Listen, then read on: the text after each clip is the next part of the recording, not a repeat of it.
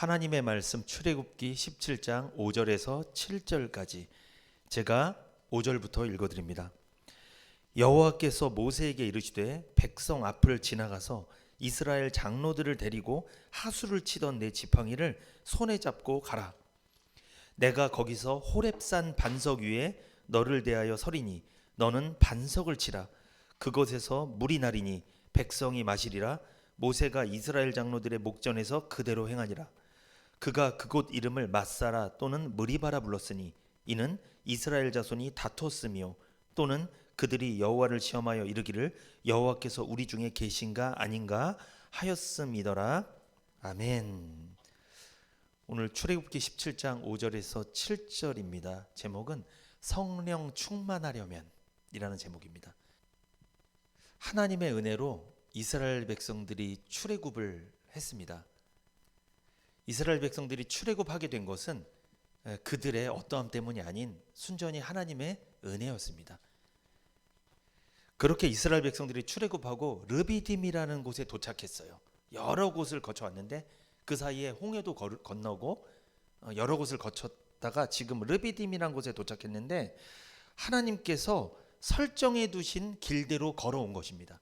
그들 마음대로 행로를 정한 게 아니에요. 하나님이 이곳을 가라 이곳을 가라 정해 두신 대로 간 거예요. 그런데 오늘 본문에서 그들이 마실 물이 없다고 이야기합니다. 원망했죠. 백성들은 하나님이 눈에 보이지 않으니까 누구랑 다투었을까요? 눈에 보이는 지도자 모세와 다투었습니다. 모세를 원망했죠. 이스라엘 백성들의 원망은 이번이 첫 번째가 아닙니다. 그간 자주 원망이 있었습니다. 첫 번째는 어디에서 원망했을까요? 홍해 앞에서. 뒤에는 애국 군대가 쫓아오고 앞에는 홍해로 가로막혀 있잖아요. 이러려고 우리를 여기로 데려왔나 막 원망했잖아요. 첫 번째 홍해 앞에서. 그리고 두 번째는 마라란 곳에서 쓴 물을 맞이했을 때 그때가 원망했죠. 그때도 하나님께서 쓴 물을 단물로 바꿔주셨잖아요. 그때도 한번 원망했고 또 언제? 세 번째는 양식이 없다고 해서 막 원망한 적이 있어요. 그래서 하나님 어떻게 하셨죠? 하늘에서 만나를 내려주셨죠. 이 번째가 몇 번째냐면 네 번째 원망하는 겁니다. 오늘 본문이. 그런데 그들이 지금 출애굽해서 애굽에서 나온 지 몇 개월 됐는 줄 아세요? 지금 몇십 년 된 게 아니에요. 지금 이 얼마 된 거예요? 2달 정도밖에 안 됐어요. 이 출애굽했다는 것은 뭐냐면 세상에서 나왔다는 거잖아요. 출애굽했다는 것은 우리로 적용하면 구원받은 거예요. 영적으로 세상에서 나온 거예요. 하나님 자녀가 된 거예요. 거듭난 거예요. 구원받은 하나님 백성이 된 거예요. 그런데 구원받았는데 2달이 채 되기도 전에 원망을 벌써 몇 번? 4번이나 한 거예요. 그러니까 여러분 이렇게 생각하시면 안 돼요. 저 사람 분명히 구원받았다고 막 이야기하고 막 은혜 받았다고 그러는데 원망을 해. 그럴 수 있어요. 또 원망한다고 해서 구원 아니구만 이러시면 안 됩니다. 할 수 있어요, 여러분. 있습니다. 그만큼 우리가 사는 세상이 만만치 않다니까요, 여러분. 원망할 수 있습니다. 그럴 수 있어요. 이스라엘 백성도 그랬잖아요. 광야 생활에서 가장 중요한 게 뭐예요? 2가지가 먹을 양식과 물이죠. 이것은 없으면 어떻게 돼요? 죽는 거예요. 생존이랑 관계된 거예요, 이것은. 그런데 양식은 하나님께서 내려주셨어요. 만나를 통해 내려주고 계셔. 근데 뭐가 없어요? 물이 없어요. 아니 양식만 주실 게 아니라 뭐도 주셔야 되는데? 물도 주셔야 되는데 물이 없는 겁니다. 씻을 물은 고사하고 먹을 물도 없는 거예요. 그런데 더 놀라운 것은 출애굽기 17장 볼까요?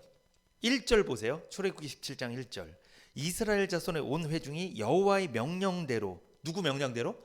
여호와의 명령대로 신광야에서 떠나 그 노정대로 행하여 르비딤에 장막을 쳤으나 백성이 마실 물이 없는지라.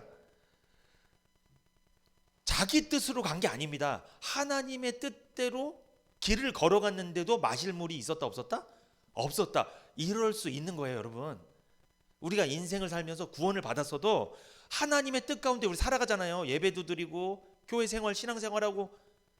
그런데도 마실 물이 없을 수도 있는 거예요. 이런 상황을 맞이할 수도 있는 거예요. 그러니까 이상하게 여기시면 안 돼요.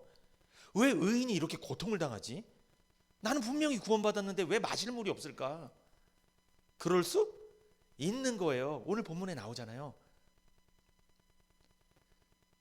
하나님이 설계한 대로 걸어갔는데도 어려움을 당할 수 있는 거예요. 그러니까 내가 형통하다고 하니까 전부 다 뭐가 다 잘 된다고 생각하시면 안 되는 거예요. 여러분, 형통의 핵심은 뭐예요? 하나님이 함께하는 겁니다. 하나님이 함께 하셔서 내가 설사 어려움을 당해도 도와주시는 게 형통이지, 무조건 하나님과 상관없이 내 일이 무조건 잘 되는 게 형통이 아닙니다. 이 개념을 잘 잡으셔야 돼요. 뭐가 요즘에 좀 안 되는 게 있어요? 뭐가 좀 어려운 게 있습니까? 이 마음속으로 막 부글부글 거리는 거 있으세요? 입으로 원망은 못 하겠고 그럼 믿음 없는 사람처럼 보이니까 속으로 막 부글부글 대는 거 있으세요? 그럴 수 있습니다. 지금 이스라엘 백성들도 많이 부글부글 거리는 거예요. 근데 그들은 못 참았어요. 왜? 광야에서는 물 없으면 죽거든요. 이거는 너무 실감이 나는 거예요. 그냥 바로 이거 우리 죽으라는 거냐, 그냥 바로 소리가 나오는 거예요. 물이 없는데, 땅을 파도 물이 나오지 않는 곳인데 광야는. 이스라엘 백성 전체가 목말랐습니다. 갈증이 허덕였죠. 광야 생활에서 큰 위기가 찾아온 거예요. 여러분, 광야 생활은 우리로 적용하면 무슨 생활? 교회 생활이에요. 지금 여러분이 광야에 있는 거예요. 그래서 여기서 위기가 찾아온 거예요. 여러분, 우리는 없으면 죽겠다고 생각되는 게 뭘까요? 돈이죠. 우리는 돈. 근데 이스라엘 백성들은 물이에요. 물. 그런데 돈은 사실 좀 없어도 살 수는 있거든요.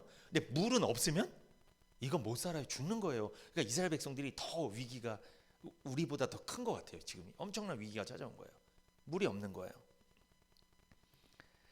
인간은 태어나면서부터 죽을 때까지 목마름의 갈증을 느끼며 삽니다.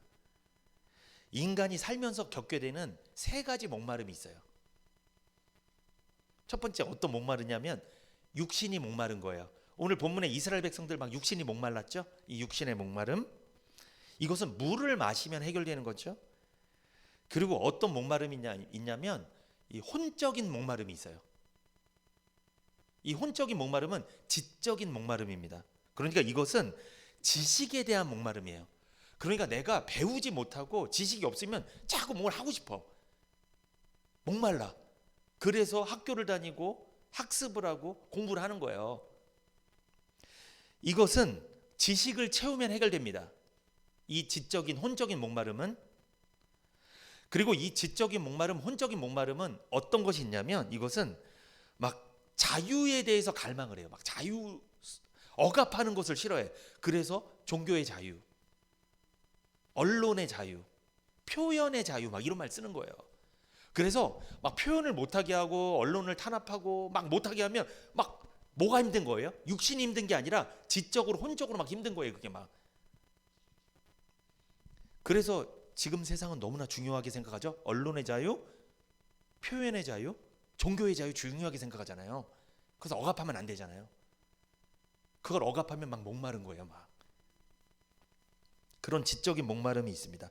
그런데 인간은 지금 먹고 입고 마시고 배우고 자유를 누리는 것에서 만족스럽습니다. 지금 너무나 잘 돼 있어요. 여러분, 불편하신가요? 요즘 먹을 게 좀 없으세요? 입을 게 없나요? 뭐 지식이 없어요?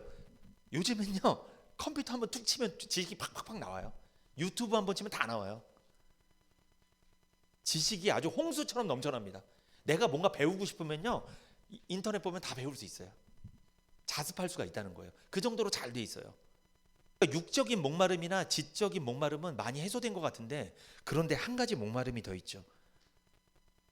이 목마름이 해결이 안 되기 때문에 먹고 입고 마시고 아무리 배워도 마음이 목마른 거예요. 갈증을 느끼는 거예요. 이게 무슨 목마름일까요? 영적인 목마름입니다. 영적인 목마름이 뭘까요? 이것은 영원한 것을 사모하는 마음이에요. 즉 종교성을 말하는 거예요. 하나님이 인간에게 주신 하나님의 형상 중에 영원한 것을 그리워하는 마음, 하나님을 그리워하고 이 세상 너머의 세계, 죽음 이후의 세계를 그리워하는 마음, 그 마음이 인간에게 있었죠. 그래서 인간은요, 누구나 다 영적인 목마름이 있어요. 그래서 영적 목마름에 허덕이던 인간은 결국 만들어낸 게 있어요. 종교를 만들었습니다. 인간은요, 삶이 두려워서 사회를 만들었고요, 죽음이 두려워서 종교를 만들었습니다. 그런데 종교를 만들어서 해결을 받으려고 했는데 여전히 영적 목마름은 해결되지 않았습니다. 극심한 갈증이 허덕이고 있죠. 오늘 본문의 이스라엘 백성들처럼 불행한 삶을 살고 있죠. 마태복음 5장 6절 제가 읽어드립니다. 의에 줄이고 목마른 자는 복이 있나니 저희가 배부를 것이미요. 아멘. 마태복음 5장 6절은 산상설교죠. 예수님께서 산에서 막 복을 축복해 주시는 내용이었잖아요. 그런데 예수님 말씀하십니다. 의에 줄이고 목마른 자는 복이 있을 것이다. 저희가 배부를 것이다. 이게 무슨 말씀이에요? 이 마태복음 5장 6절에서 말씀하신 의는, 이 의는 하나님의 의입니다. 믿음으로 말미암는 의예요. 의에 줄이고 목마른 자는 하나님의 의에 목마른 자를 말하는 거예요. 그러니까 누구를 말해요? 의에 줄이고 목마른 자는 구원받은 성도를 말하는 거예요. 복음으로 구원받은 성도는 의에 줄이고 목마른 인생을 살아간다는 거예요. 그러니까 복음을 들었는데 계속 듣고 싶은 거예요. 하나님의 의를 받았어요. 복음을 듣고 구원받고서 하나님의 의를 받고 의인이 됐어요. 그래도 의에 줄이고 목마른 거예요. 계속. 왜? 복음을 안 들으면, 말씀을 안 들으면 그 사람 못 견뎌요. 그래서 이 목마름을 해결을 못 받는 거예요. 육신의 목마름, 지적인 목마름은 해결됐는데 구원받고 나서 영적인 목마름이 해결된 적이 있는 사람은 계속 뭘 들어야 돼요? 복음을 계속 들어야 돼요. 그래서 예배 안 드리고 복음 안 들으면 갈증이 생기는 거예요. 자꾸 이건 아닌 것 같은데 나 들어야 되는데 이거. 자꾸 갈증이 생겨요. 다른 걸로 해결이 안 되는 거예요. 그것은. 이게 의에 줄이고 목마른 자예요. 의에 줄이고 목마른 게 저주가 아니에요. 그게 복이에요. 우리가 그런 삶을 살아야 될 줄 믿습니다. 그 사람이 성령 충만한 사람이에요. 의에 줄이고 목마른 사람이. 구원을 못 받은 사람을 말하는 게 아니에요. 의에 줄이고 목마른 사람은 구원 받았는데 너무 복음이 또 듣고 싶은 거예요. 이런 말 있죠. 애인을 봤는데 보고 있는데도 그립다. 뭐 이런 분 있나요? 지겨운가요? 보고 있는데도? 보고 있는데도 그리워. 계속 말씀을 들었는데도 고파. 계속. 이런 증상이 있는 분은 의에 줄이고 목마른 자예요. 그들은 복이 있나니 배부를 것이다. 주님이 축복 선포하셨어요. 약속하셨어요. 배부른 인생을 살게 될 것이다. 영적으로 목마른 인생을 살지 않게 될 거다. 배부를 거다. 하도 복음을 많이 들어서 복음이 내 마음을 적셔버렸기 때문에 그는 영적으로 목마른 인생을 살지 않게 될 거다. 그러니까 배부른 인생을 살게 될 거라는 거죠. 구원받은 적이 있다면 의에 줄이고 목마른 인생을 살아야 될 줄 믿습니다. 들어도 계속 목마른 것. 복음을 들었는데 계속 목말라. 계속 복음을 듣고 싶은 거죠. 그런데 반대로 복음에 목마른 사람이 있는 반면 율법에 목마른 사람이 있어요. 율법에. 그리고 행위에 목마른 사람이 있어요. 그리고 종교에 목마른 사람이 있습니다. 그리고 자기 의와 자기 열심에 목마른 사람이 있어요. 이런 사람들은요, 목이 마르긴 말라요. 영적으로 목말라. 근데 그거를 뭐로 해결하려고 하는 거예요? 자기 행위와 노력으로 그거를 갈증을 해결하려고 노력하는 사람들이에요. 이런 사람들이 교회 다니면서도 있을 수 있습니다. 있어요. 이런 사람은 아직 거듭나지 못한 사람이겠죠. 로마서 10장 1절부터 3절 제가 읽어드립니다. 형제들아, 내 마음에 원하는 바와 하나님께 구하는 바는 이스라엘을 위함이니 곧 저희로 구원을 얻게 함이라. 바울이 하나님께 원하는 게 한 가지가 있대요. 바울은 율법주의자였잖아요. 그가 율법주의자였다가 그가 구원을 받고 하나님께로 돌아왔잖아요. 그가 제대로 구원받은 다음에 그가 원하는 게 하나 있었는데 뭐예요?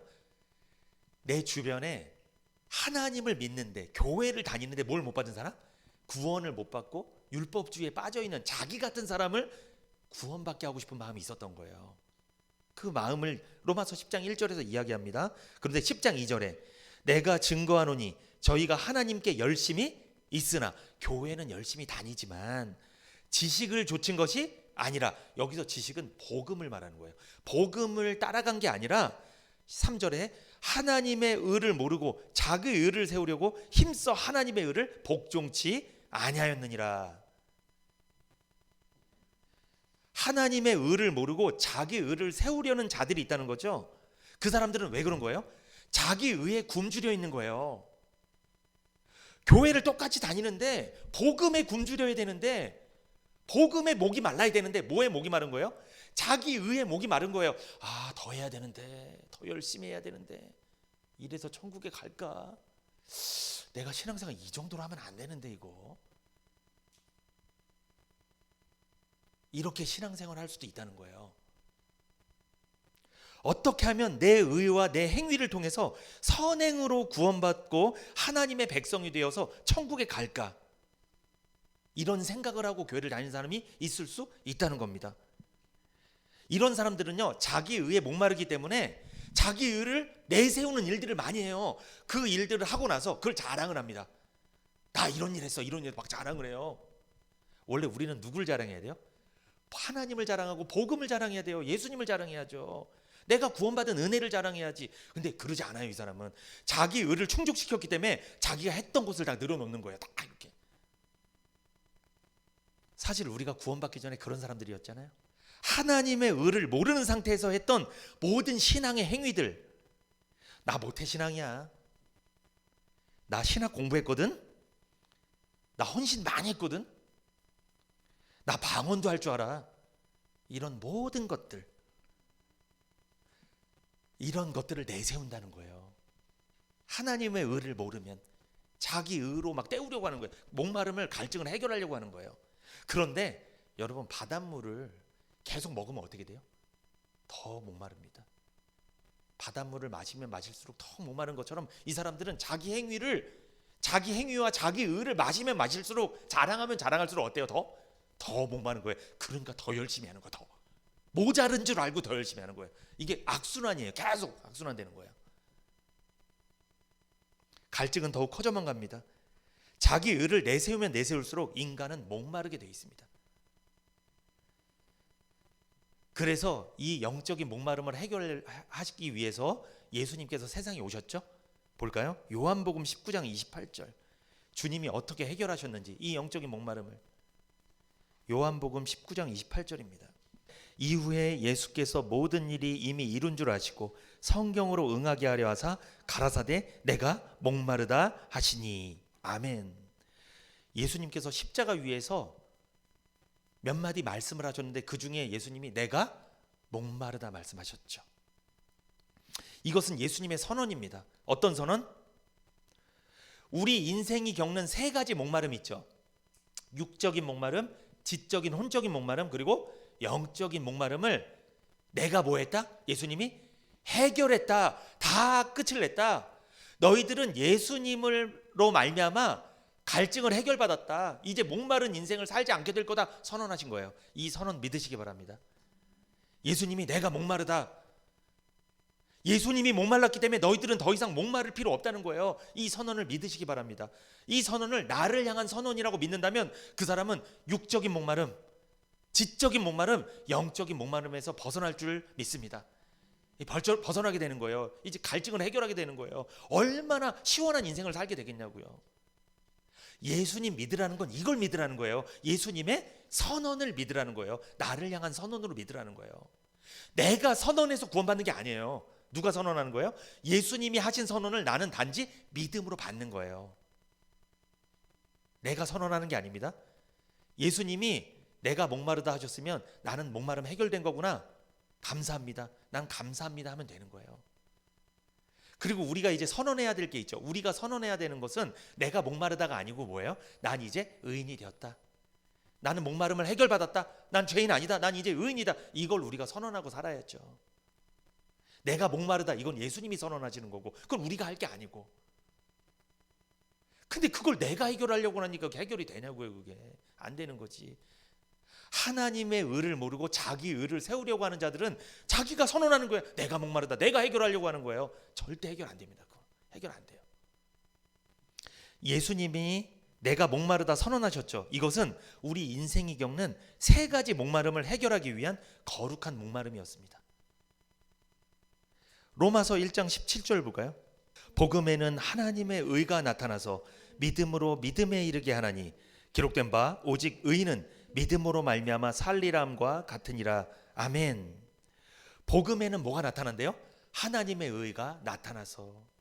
율법에 하나님의 의가 나타나는 게 아니에요, 여러분. 행위에 하나님의 의가 나타나는 게 아닙니다. 복음에 하나님의 의가 나타나는 거예요. 그러니까 복음을 전하면 뭐가 나타난다? 하나님의 의가 나타나서 복음을 들은 사람을 의인으로 만들어준다는 거예요. 그 복음 들은 사람이 믿을 때 의인이 될 줄 믿습니다. 의에 줄이고 목마른 자들이 배부르게 되는 이유는 그들이 복음을 사모하기 때문이에요. 복음을 자주 듣기 때문이에요. 복음에는 하나님의 의가 나타나서 복음을 자주 들으니까 내가 의인이라는 확신이 더 드는 거예요. 그래서 배가 부른 거예요. 그래서 세상에서 신앙생활 이렇게 하는데 당신 의인 맞아? 아닌 것 같은데. 사단이 참소하고 세상이 참소할 때 왜 배가 부른 사람을 이겨내는 거예요. 그래서 왜? 복음을 자주 들었기 때문에 내가 의인이라는 확신이 너무나 분명하기 때문에 이겨낼 줄 믿습니다. 여러분, 복음으로 배부르셔야 돼요. 복음으로. 유튜브 설교도 자주 들으셔야 돼요. 그런 의미에서 되새겨야 되잖아요. 얼마나 이스라엘 백성들이 되새기지 않으면 하나님께서 되새기지 않은 짐승은 만지지도 말라고 그랬잖아요. 구약의 레위기에 막 구별해 놨잖아요. 되새기는 짐승만 먹으라고, 만지라고. 되새기지 않는 사람이랑은 교제도 하지 말라는 거예요. 말씀을 되새기는 사람이랑 어울리라는 거예요. 그래야지 교제할 때 복음을 나누잖아요. 은혜를 나누면 하나님의 의가 나타나는 거예요. 그러면 내가 의인이구나 더 확신이 드는 거예요. 이런 상태에서 세상에 나가서 사단이 참소하고 당신 의인 맞아? 당신 저번에 보니까 죄 짓던데 의인 맞아? 그때 내가 이겨낼 수 있는 거예요. 그런 소리가 들릴 때. 그런데 복음을 자주 듣지 않고 되새기지 않으면 당신 의인 맞아? 이럴 때 그래 아닌 것 같기도 하고 막 이렇게 되는 거예요. 또 그 말이 맞는 것처럼 들리는 거예요. 사단이 하는 말을. 이겨내시기를 축복합니다. 우리가 넉넉히 이길 수 있는 건 왜 이기는 거예요? 복음 때문에 이기는 거예요. 복음 때문에. 이스라엘 백성들은 광야에서 생수를 마셨죠. 광야는 물이 없는 곳이잖아요. 생수는 누가 주신 물이에요? 하나님이 주신 물입니다. 이스라엘 백성의 광야 생활은 성도의 신앙 생활을 상징하죠. 이처럼 성도도 신앙 생활 중에 하나님께서 주신 생수를 마셔야 됩니다. 오늘 본문 보세요. 출애굽기 17장 5절부터 보면 여호와께서 모세에게 이르시되 백성 앞을 지나가서 이스라엘 장로들을 데리고 하수를 치던 내 지팡이를 손에 잡고 가라. 내가 거기서 호렙산 반석 위에 너를 대하여 서리니 너는 반석을 치라. 그곳에서 물이 나리니 백성이 마시리라. 모세가 이스라엘 장로들의 목전에서 그대로 행하니라. 호렙산에 가서 반석이 있는데 거기서 물 치라고 그랬죠. 그래서 모세가 지팡이로 반석을 쳤어요. 내려쳤어요. 때린 거예요. 충격을 가한 거예요. 때렸어요. 그러니까 반석이 쪼개지면서 거기서 물이 솟아나왔습니다.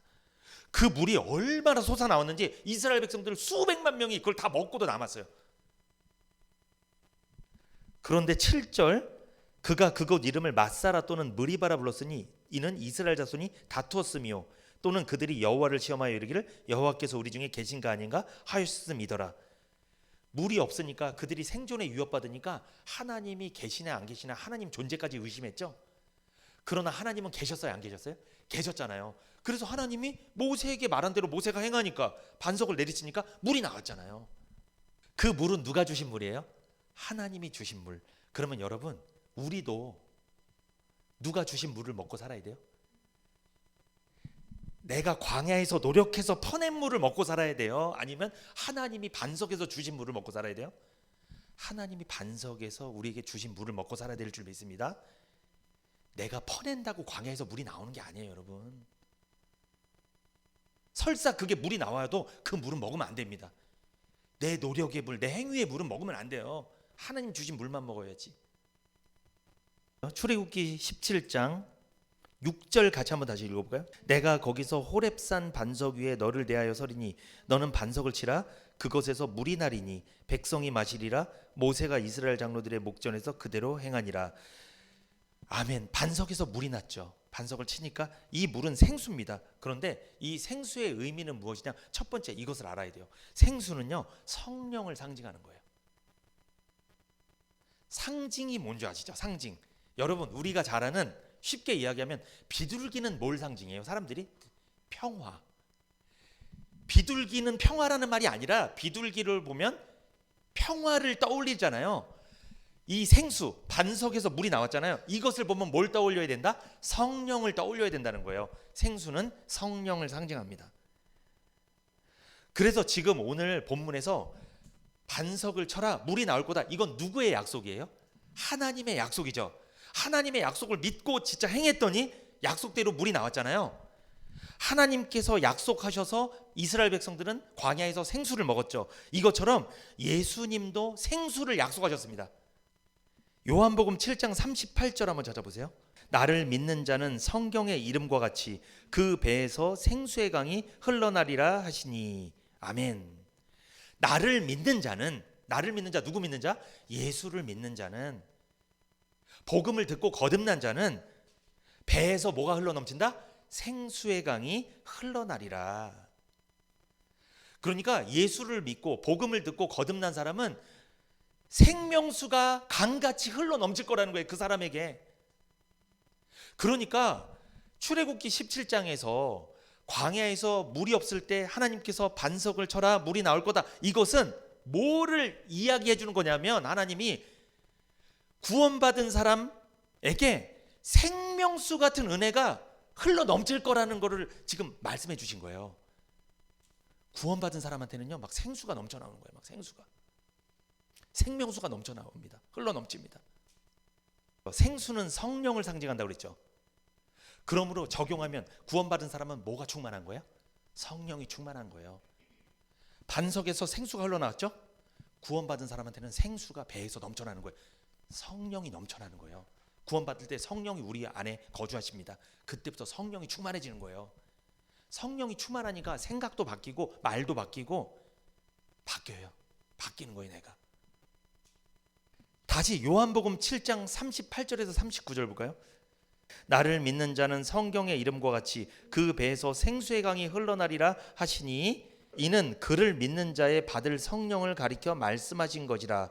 예수께서 아직 영광을 받지 못하신 고로 성령이 아직 저희에게 계시지 아니하시더라. 아멘. 그러니까 나를 믿는 자는 배에서 생수의 강이 흘러넘칠 것이다. 그런데 생수가 누구라는 거예요? 39절에 이는 그를 믿는 자의 받을 뭐를? 성령을 가리켜 말씀하신 거다. 그러니까 생수는 결국 누구다? 성령이에요. 그러니까 예수님 직접 말씀하셨잖아요. 정리하면 예수님 말씀하신 거예요. 나를 믿는 자는 배에서 생수가 넘쳐날 것이다. 뭐가? 성령 충만할 것이다. 성령이 넘쳐날 것이다. 이 뜻을 말씀하신 거죠. 예수를 믿는 자에게 성령의 생수를 약속하신 거죠. 광야의 생수는 바울이 신령한 음료라고 표현했습니다. 고린도전서에 보면 그건 좀 이따가 찾겠습니다. 이 광야의 생수, 신령한 음료예요. 성령의 생수를 상징하는 거예요. 그런데 여러분, 생수는 어디로부터 나왔어요? 반석으로부터 나왔죠. 이 반석은 누구를 상징하냐? 반석은 누구예요? 반석이 쪼개졌습니다. 반석? 예수 그리스도를 상징하는 거예요. 반석은 예수님을 상징하는 거예요. 바울은요, 신약 성경에 이 오늘 우리가 본문으로 잡았던 부분을 해석을 이렇게 해놨습니다. 고린도전서 10장 1절부터 4절. 형제들아 너희가 알지 못하기를 내가 원치 아니하노니 우리 조상들이 다 구름 아래에 있고 바다 가운데로 지나며. 구름 아래에 있다는 건 뭐예요? 광야 생활 중에 구름을 따라가는 인생을 살았다는 거죠. 그리고 바다 가운데로 지났다. 이건 홍해를 건넜다는 뜻이죠. 이렇게 이야기하면 이스라엘 백성들은 느낌이 오는 거예요. 자기 조상들의 역사이기 때문에 아는 거예요. 딱 알아듣는 거예요. 그런데 2절에 모세에게 속하여 다 구름과 바다에서 세례를 받고 홍해를 건넜다는 뜻이죠. 그래서 여러분, 홍해를 건넌 것은요 세례를 받은 것과 같은 의미예요. 홍해를 건넜다. 여러분, 우리도 세상에서 출애굽해서 교회로 오면 뭘 받죠? 때가 되면 세례를 받죠. 홍해를 건너니까 이제 다시 세상으로 돌아갈 수 있어요? 못 돌아가요? 못 돌아가는 거예요. 그러므로 세례를 받았다는 것은요 세상으로 다시 안 돌아간다는 뜻이에요. 각오를 하셔야 돼요. 이제는 천국 가는 길에 접어든 거예요, 제대로. 그러니까 광야 생활에 때로는 뭐가 좀 없어도 너무 힘들어하지 마세요. 그렇다고 다시 세상으로 돌아갈 거예요? 이미 구원 받았는데 구원받기 전으로 어떻게 돌아갈 거예요? 구원을 받았는데, 성령 세례를 받았는데 이거를 취소할 수 있어요? 안 되는 거예요, 여러분. 힘들어도 여기서 살아야 돼요. 다시 홍해 저편 애굽으로 돌아갈 거예요? 못 돌아갑니다. 고린도전서 10장 3절에 다 같은 신령한 뭐를 마시며 식물을 먹으며 4절에 다 같은 신령한 음료를 마셨으니 여러분 여기 신령한 식물을 먹으며 이거 하나님 주시는 만나잖아요. 여러분 하나님 주신 만나는 신령한 식물입니다. 그건 오늘날로 적용하면 뭘 말하는 거예요? 말씀이죠. 말씀. 신령한 식물 말씀을 먹으며 다 우리 이야기예요. 사실 이게 우리가 지금 신앙생활하면서 하는 이야기가 고스란히 여기에 적용되는 거죠. 신령한 식물 말씀을 먹으며 만나를 먹으며 그리고 4절에 다 같은 신령한 음료를 마셨으니 신령한 음료는 뭐예요? 성령이에요. 성령. 생수 성령. 신령한 음료를 마셨다. 바울이 신령한 음료라고 해석을 해놓은 거예요. 신령한 음료를 마셨으니 다 같이 성령을 받았으니 이는 저희를 따르는 뭐로부터? 신령한 반석으로부터 마셨음에 그 반석은 곧 그리스도라. 해석을 너무나 잘 해놨어요. 여러분 반석은 누구예요? 예수님이에요. 반석이. 신령한 음료는 성령. 신령한 식물은 말씀, 만나. 홍해를 건넌 거 세례. 어렵지 않아요. 우리가 신앙생활하는 모습을 고스란히 이스라엘 백성들이 출애굽 여정을 통해 다 알 수가 있는 거예요. 우리가 이스라엘 백성들이랑 똑같은 인생을 사는 거예요. 지금 시대와 문화와 환경은 다르지만 똑같은 인생 사는 겁니다. 우린 지금 어느 생활하고 있어요? 광야. 지금 그렇다면 우리도 원망할 때가 있다는 거죠. 여러분 신령한 음료 마시고 있습니까? 이게 성령입니다. 성령을 받은 사람은 신령한 음료를 마신 거예요. 그런데 그 신령한 음료 성령의 생수는 반석으로부터 나옵니다. 반석 예수님으로부터 나오는 거예요.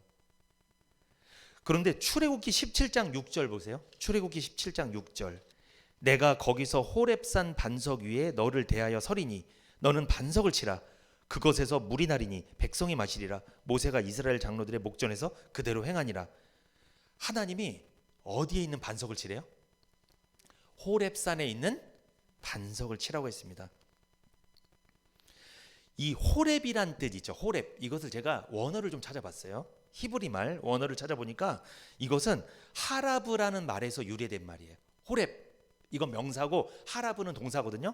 이 하라브라는 동사에서 호렙이란 말이 나왔는데 이 하라브는 깨어지다, 파괴되다, 부수다 이런 뜻이에요. 깨지고 파괴되고 부수다. 그게 하라브. 그 말에서 호렙이라는 말이 나온 거예요. 호렙산. 그러니까 호렙산은 무슨 산이에요? 파괴되어지고 깨지고 부서지는 산이라는 거예요. 그게 호렙산이에요. 그런데 이 반석, 호렙산에 나온 반석, 이 반석을 제가 원어를 좀 찾아보니까 이것은 추르입니다. 추르. 히브리어로 추르. 반석이 추르. 근데 이 추르는 무슨 뜻이냐? 이것은 추르라는 동사에서 나왔거든요. 이것도 추르. 반석이란 말이 추르라는 동사에서 유래됐는데 괴롭히다, 공격하다, 도륙하다 뭐 이런 뜻이 있어요.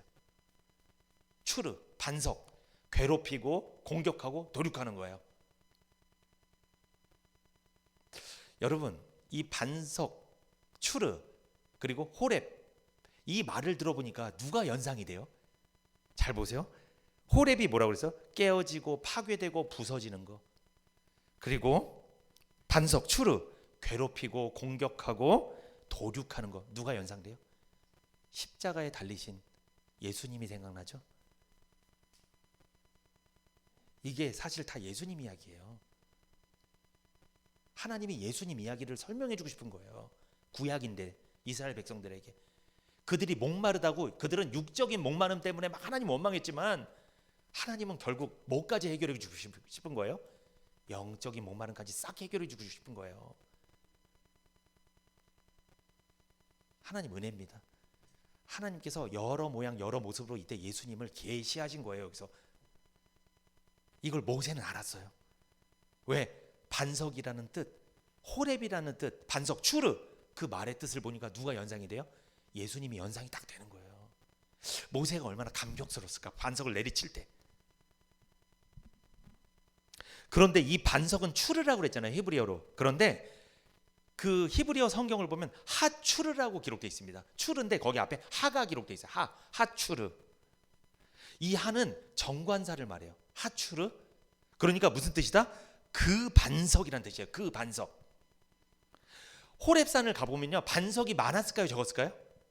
많았습니다. 반석은 평평한 돌을 말하는 거예요. 추루, 평평한 돌. 이런 반석이 많았다, 적었다? 많았다. 그런데 하나님께서 지정한 그 반석, 그걸 내려쳐야 돼요. 그러니까 모세가 딱 보기에, 내가 보기에 저 반석 물 안 나옵니다. 그 물 안 나와요. 그거. 하나님이 정한 그 반석만 내려쳐야 돼요. 그러니까 하나님께서 호렙산에 있는 저 반석, 그 반석을 지정을 해주셨다는 거예요. 지정된 반석을 내리친 거예요. 아무 반석이나 치면 안 됩니다. 하나님께서 지정하신 그 반석을 쳐야 됩니다. 그래서 하추르 정관사가 붙은 거예요. 그런데 어느 산에 있는 반석을 쳐야 돼요? 호렙산에 있는 반석을 쳐야 돼요. 장소도 지정해 놨어요. 호렙산. 깨어지고 부수어지고 파괴되는 그 산에 있는 반석을 쳐야지, 또 산이 많았을 거 아니에요. 광야에 다른 산에 가서 자기 마음대로 치면 안 됩니다. 안 돼요. 호렙산에 있던 반석은 누구를 상징하는 거예요? 결국 우리를 위해서 쪼개진 예수님을 말하는 거죠. 상징하는 거죠. 깨지고 부서지는 호렙산에서 이 반석은 골고다 십자가에서 고난당하고 몸이 찔리시고 찢기신 예수님을 상징하는 거예요. 모세는 장차 십자가에서 몸이 찔리시고 찢기시며 고난당하실 예수님을 믿음으로 반석을 때린 거예요. 반석 때릴 때 알았어요. 모세, 이게 누구를 말하는 거다? 예수님 말하는 거다. 예수님 나 때문에 몸이 찢어지겠구나, 갈기갈기 찢기겠구나, 피를 흘리시겠구나 치면서 그거를 모세는 감격했겠죠. 믿음으로 때렸습니다. 그는 하나님의 방법대로 때렸습니다. 하나님이 지금 뭐라고 그랬어요? 명하라고 했어요? 때리라고 했어요? 때리라고 그랬죠. 오늘 본문에는 때리라고 그랬잖아요. 때리라고 할 땐 때려야 돼요. 여러분, 하나님 방법대로 안 하면 구원 못 받아요. 내 맘대로 믿는다고 구원 받는 게 아니에요. 하나님이 때리라고 했으면 때려야 돼요. 때려야 됩니다. 나중에 민수기에 보면 이런 일이 있어요. 모세가 그때는 하나님이 명하라고 그랬어요. 근데 그때는 명하지 않고 요번처럼 때렸어. 그때 결국 모세는 가나안에 못 들어갔습니다. 하나님의 방법대로 하지 않으면 약속된 땅에 못 들어간다는 거예요. 한마디로 여러분, 율법주의자들은 하나님 방법대로 하는 거예요? 자기 방법대로 하는 거예요? 자기 방법. 하나님 방법은 뭐예요? 열심과 행위가 아니고 자기 의가 아니고 예수님을 믿으면, 복음을 듣고 죄를 용서해 준다고 약속했어. 이걸 내 거로 믿으면 그때 성령을 받게 되고 구원받고 천국에 가게 되는 게 하나님 방법인데, 그들은 그 방법을 무시하고 자기 방법대로 하는 거예요. 오늘 본문에서 모세가 만약에 명했다면 반석에서 물이 나왔을까요? 안 나왔을까요? 안 나옵니다. 오늘은 때려야 되는 거예요. 오늘 본문에서는 때리는 거예요. 근데 그는 하나님 말씀대로 때렸어요. 그래서 반석에서 생수가 흘러 넘친 거죠. 믿음으로 때린 겁니다. 하나님의 방법대로 순종해서 때린 거예요. 그 속에서 생수가 터져 나왔죠. 우리도 고난당하신 예수 그리스도를 하나님의 방법대로 믿어야 합니다. 내 방법, 내 방식대로 믿으면 생수가 터져 나오지 않는 거예요. 그래서 계속 목마른 거예요. 그래서 율법주의자들은, 행위주의자들은 계속 목마른 거예요. 안 되는 거예요. 교회를 다녀도 계속 내 방법대로 하려고 그러니까 생수가 나오겠냐고요. 안 나오지. 우리는 예수 그리스도를 믿음으로 구원을 얻게 됩니다. 생수를 얻게 될 줄 믿습니다. 성령 충만해질 줄 믿습니다. 이게 하나님 방법이에요. 여러분, 구약의 방주를 건설할 때 하나님이 치수를 다 정해놨을까요? 안 정해놨을까요? 정해놨죠. 그래서 어떤 말씀이 반복됐냐면, 하나님의 식양대로 방주를 건설하라 그래요. 성막을 지을 때도, 방주를 지을 때도 하나님의 식양대로, 하나님이 말씀하신 수치대로 1mm도 틀리면 안 돼요. 정확히 그 방법대로 해야지 방주가 물에 뜨는 거예요. 자기 생각대로 막 자기가 방주가 이 모양이 별로 안 이쁜데 자기 마음대로 만들잖아요. 가라앉는 거예요. 그러면 죽는 거예요. 그러면 구원도 못 받고. 성막도 하나님이 만드신 치수대로 만들어야 돼요. 자기 생각대로 크게 만들고 줄이고 했다가는 하나님 거기 임재하지 않습니다. 여러분, 교회는 내 방법대로 다녀야 돼요? 하나님 방법대로 다녀야 돼요? 하나님의 방법대로. 하나님의 방법대로 예배드리고 하나님 방법대로 생활을 하는 거예요. 이래야지 우리가 영적인 구원도 받고 삶의 구원도 받게 될 줄 믿습니다. 우리가 영적으로 구원받을 때는 하나님 방법대로 믿었어. 그런데 세상에서 구원받고 나서 왜 힘들까요? 내 방법대로 살아서 그래요. 그래서 하나님 역사하지 않는 거예요. 내 방법대로 하니까. 구원도 하나님 방법대로, 삶도 하나님 방법대로 살아가시길 축복합니다. 이래야지 형통하게 살 수 있어요, 여러분. 마태복음 16장 18절. 또 내가 내게 이르노니 너는 베드로라. 내가 이 반석 위에 내 교회를 세우리니 음부의 권세가 이기지 못하리라. 아멘. 예수님은 반석 위에 교회를 세우신다고 그랬죠. 반석은 누구를 말한다고 그랬어요? 반석은 예수 그리스도죠. 그러니까 한마디로 예수님은 누구 위에 교회를 세우겠다는 거예요? 예수 그리스도 위에 교회를 세우겠다. 사람 위에 교회를 세운다는 게 아니에요, 여러분. 이거 착각하시면 안 돼요. 사람 위에가 아니라 누구 위에? 반석 위에. 반석 누구? 예수 그리스도 위에 교회를 세우겠다. 그러므로 교회의 주인은 예수님입니다. 예수님이 머리가 되시는 거예요. 교회의 주인은 사람이 아니에요, 여러분. 예수님이지. 십자가 구속의 은혜 위에 나를 위해서 몸이 찢기시고 갈기갈기 찢기신 그 예수님 위에 교회를 세우겠다는 거예요. 한마디로 복음 위에 교회를 세우겠다는 거예요. 행위나 율법 위에 세우는 게 아니고. 이스라엘 백성들이 반석으로부터 생수를 마시고 갈증을 해결받았듯이 성도들은 반석 대신 예수 그리스도를 통하여 성령의 생수를 마시고 영육 간의 갈증을 해결받을 줄 믿습니다. 예수 그리스도에 관해 성경에 기록된 말씀이 복음이죠. 그 복음을 들을 때 성령이 충만해질 줄 믿습니다. 성령의 생수가 넘쳐나는 거예요. 그래서 영적인 갈증을 해결받는 거예요. 행복해지는 거죠. 복음을 들으면 내 안에 어떤 변화가 일어나냐면, 복음을 듣고 성령이 내 안에 임재하면, 성령 충만하면 어떤 현상이 나타나냐. 고린도전서 2장 12절. 우리가 세상의 영을 받지 아니하고 오직 하나님께로 온 영을 받았으니 이는 우리로 하여금 하나님께서 우리에게 은혜로 주신 것들을 알게 하려 하심이라. 아멘. 우리가 세상의 영을 받지 아니하고 하나님께로 온 영, 누구예요? 하나님께로 온 영? 성령님이죠. 성령님을 받았을 때, 그러니까 우리가 반석 되신 예수 그리스도를 믿음으로 나를 위해 갈기갈기 십자가에서 찢기신, 그래서 내 죄값을 치르시고 나를 구속하신 예수님을 믿을 때 우리 구원받잖아요. 그때 우리 안에 성령이 충만해지는데, 성령의 생수가 넘쳐나는데, 그 배에서 생수의 강이 넘쳐나는데, 그때 우리에게 나타나는 역사, 우리로 하여금 하나님께서 우리에게 주신 것들을 뭐로? 은혜로 주신 것들을 알게 하려 한다. 그러니까 내가 구원받은 게 내 행위다, 은혜다? 은혜다, 이걸 알게 된다는 거예요. 내가 지금 살아가는 거 모두 다 하나님 은혜라고 믿어지십니까? 성령을 받은 사람, 성령 충만한 사람들은 이걸 안다는 거예요. 그런데 성령 충만하지 못하면 어떻게 생각이 들어요? 내가 살아가는 것도 하나님 은혜다, 내 의다? 내 의다, 이렇게 생각이 들어요. 성령 충만하지 못하면 내가 뭔가 하려고 그래요, 자꾸만. 구원을 받았어도 성령 충만하지 못하면. 근데 성령이 충만하면 다 은혜구나, 하나님 주신 은혜구나. 지금 삶이 좀 힘들어도 하나님이 또 나에게 은혜를 회복시켜서 나를 이끌어 주실 거야, 이런 기대가 생기죠. 이런 기대가 있습니까? 성령 충만하시네요. 우리 교회가 그런 교회가 되었으면 좋겠습니다. 이게 성령 충만한 거예요. 하나님께서 우리에게 주신 것들이 은혜라는 걸 알게 된다는 거예요. 그래서 뭐가 넘치죠? 감사가 생기는 거예요. 감사가 넘치는 거죠. 두 번째, 이 반석에서 나는 물은 뭐냐? 구속의 역사를 상징하는 거예요. 생수가 언제 나왔어요? 반석에서 저절로 생수가 흘러나온 거예요? 보니까 우리 TV 보면 돌에서 막 물 나오는 게 있더라고요. 막 그렇게 나온 거예요 지금? 아니죠. 반석에서 저절로 생수가 나온 게 아니라 반석을 지팡이로 내리칠 때 생수가 흘러나왔죠.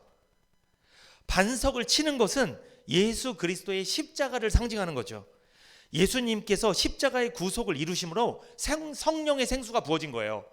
그러니까 반석이 쪼개졌을 때 생수가 나왔잖아요. 이건 뭐다? 예수님이 십자가 고난을 당하고 죽으시니까 성령이 임한다는 거예요. 그러므로 예수님의 죽으심 없이는 성령이 임한다, 안 임한다? 안 임한다는 거예요. 반석이 쪼개지지도 않은데 어떻게 물이 나오냐는 거예요. 반석이 쪼개졌을 때 물이 나온 거예요. 예수님이 쪼개져야 물이 나오는 거예요. 예수님의 죽으심을 통해서 우리가 성령을 받게 된 거예요. 십자가의 구속을 다 이루셨을 때 성령의 생수가 우리에게 부어졌습니다. 그래서 에베소서 1장 13절은 이런 말씀하죠. 그 안에서 너희도 진리의 말씀 곧 너희의 구원의 복음을 듣고 그 안에서 또한 믿어 약속의 성령으로 인치심을 받았으니. 아멘. 약속의 성령으로 인치심을 받았을 때 언제 받는 거예요? 진리의 말씀, 구원의 복음을 들을 때. 진리의 말씀, 구원의 복음을 듣고 나를 위해서 예수님이, 반석되신 예수님이 쪼개졌다는 사실, 그 사실이 믿어졌을 때, 그때 너희에게 성령이 인치심이 있다는 거예요. 성령이 생수와 같이 부어진다는 거예요. 구원의 확신을 갖게 된다는 거죠. 아, 내가 하나님의 소유가 되었구나, 나는 하나님의 자녀구나, 이것을 확신하게 된다는 거죠. 성령의 인치심은 뭘까요? 제가 자주 말씀드리잖아요. 이는 도장이죠. 도장은 소유권을 말하는 거예요. 그러니까 반석 되신 예수님이 나를 위해 쪼개졌어. 그래서 그것으로 인해 내가 죄를 용서받고 구원받았어. 이게 믿어졌어. 그러면 하나님이, 성령이 역사하셔서 내 마음속에 도장을 딱 찍어. 이제 네 인생은 네 게 아니다. 누구 것이다? 하나님 거다. 그래서 내 마음속에, 아, 나는 하나님의 사랑하는 아들이고 사랑하는 자녀구나, 내가 생각이 들어요. 그렇게 도장이 찍혔기 때문에, 아, 내 인생은 하나님 거구나, 이런 생각이 들어요. 그러니까 하나님 방식대로 살게 된다는 거죠. 내가 살으려고 노력하는 게 아니라 그렇게 살고 싶어진다는 거예요. 왜? 성령이 마음속에 역사하니까. 소유가 바뀌었으니까. 이제 소유권이 바뀌었으니까. 성령의 생수는 생명수를 말하는 거예요. 오늘날도 반석에서 생명수가 흘러나오는 겁니다. 예수님을 통해 생명수가 흘러나오는 거예요. 예수 그리스도의 십자가 복음을 통해 생명수가 흘러나오는 줄 믿습니다. 복음만이 우리에게 성령의 임재를 경험하게 해주는 거예요. 복음만이. 그래서 교회에서는 뭘 전해야 돼요? 복음을 전해야 돼요. 복음을, 말씀을. 이 복음을 전하는 것, 예수님이 나와 여러분을 위해 쪼개지셨다는, 우리 죄 때문에 몸이 반으로 쪼개지셨다는, 반석이 쪼개졌다는, 예수가 쪼개졌다는 이 복음을 전할 때, 그때 성령이 강력하게 임재하는 거예요. 그때 우리는, 아, 모든 것이 하나님 은혜로 주신 거구나, 감사합니다, 이렇게 인생을 행복하게 살 수 있다는 거죠. 마지막입니다. 세 번째. 그렇다면 성령 충만하려면 어떻게 해야 돼요? 성령 충만하려면, 성령의 생수를 충분히 마시려면 신령한 반석되신 예수님께 나오면 되죠. 구속의 복음 앞에 나오라는 거예요. 이런 면에서 예배가 중요한 거예요. 예배 때 복음을 들을 수 있잖아요. 복음 앞에 나오는 건 예수님 앞에 나오는 거잖아요. 지금 오늘 본문에서 목마른 이스라엘 백성들에게 하나님이 모세에게 뭐라고 명했어요? 모세야, 너는 호렙산에 있는 반석 앞에 나오라고 그랬잖아. 나오라는 거예요. 나오지 않으면 생수를 못 마시는 거예요. 나오라는 거예요. 이 예배 참석 중요합니다. 사실 나와야 되는 거예요. 나와야지. 나와서 치라는 거예요. 나와서 복음을 들으라는 거예요. 좀 들어보라는 거예요. 복음을. 우리가 칠 필요 없어요. 우리가 치면 안 됩니다. 모세는 쳤지만 우리는 칠 필요 없어요. 예수님이 십자가에서 죽으시고 부활하셨기 때문에 우리가 할 건 없습니다. 우리는 믿음으로 그 사실을 받아들이기만 하면 됩니다.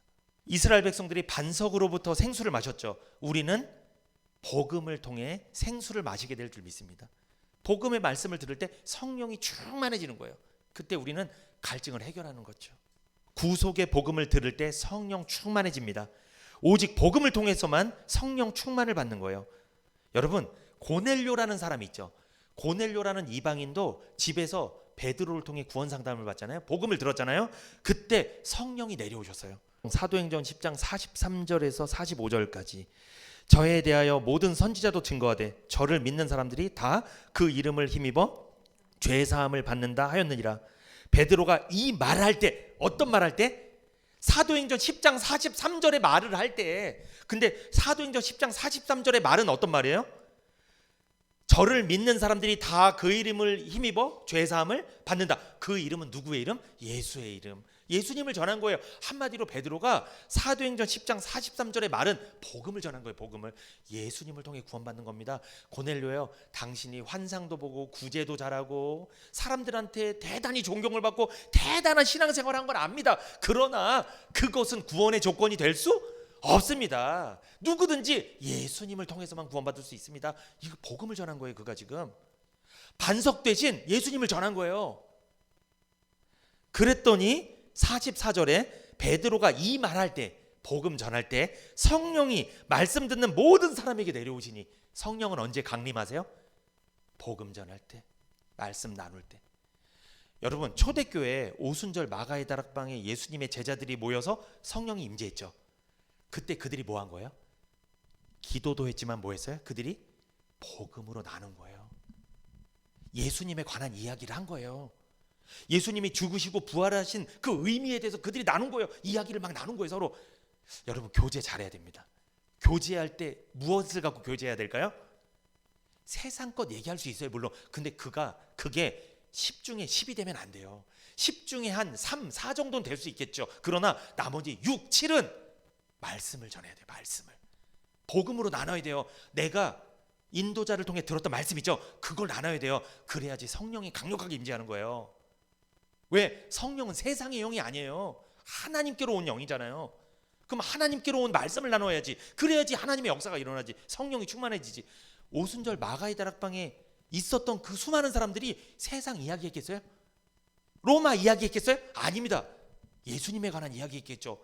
그때 성령이 임재하잖아요. 오늘 보세요. 고넬료 집에서 지금 세상 이야기합니까? 고넬료가 뭐 어떤 활동을 했다 이런 이야기가 있어요? 아닙니다. 그 이름을 힘입어 죄산 받는다 이 말만 한 거예요. 구원 상담한 거예요. 그러니까 복음만 전했어요. 베드로가 이 말할 때 성령이 말씀 듣는 모든 사람에게 내려오시니 45절에 베드로와 함께 온 할례 받은 신자들이 이방인들에게도 성령 부어주심이 인하여 놀라니. 원래 유대인들은 이방인들 할례 받지 않은 사람은 성령을 못 받는다고 생각했어요. 그들에겐 구원이 없다고 생각했어요. 그들은 선민 사상이 있었기 때문에. 그런데 오늘 보니까 이방인도 구원 받아야 안 받아요?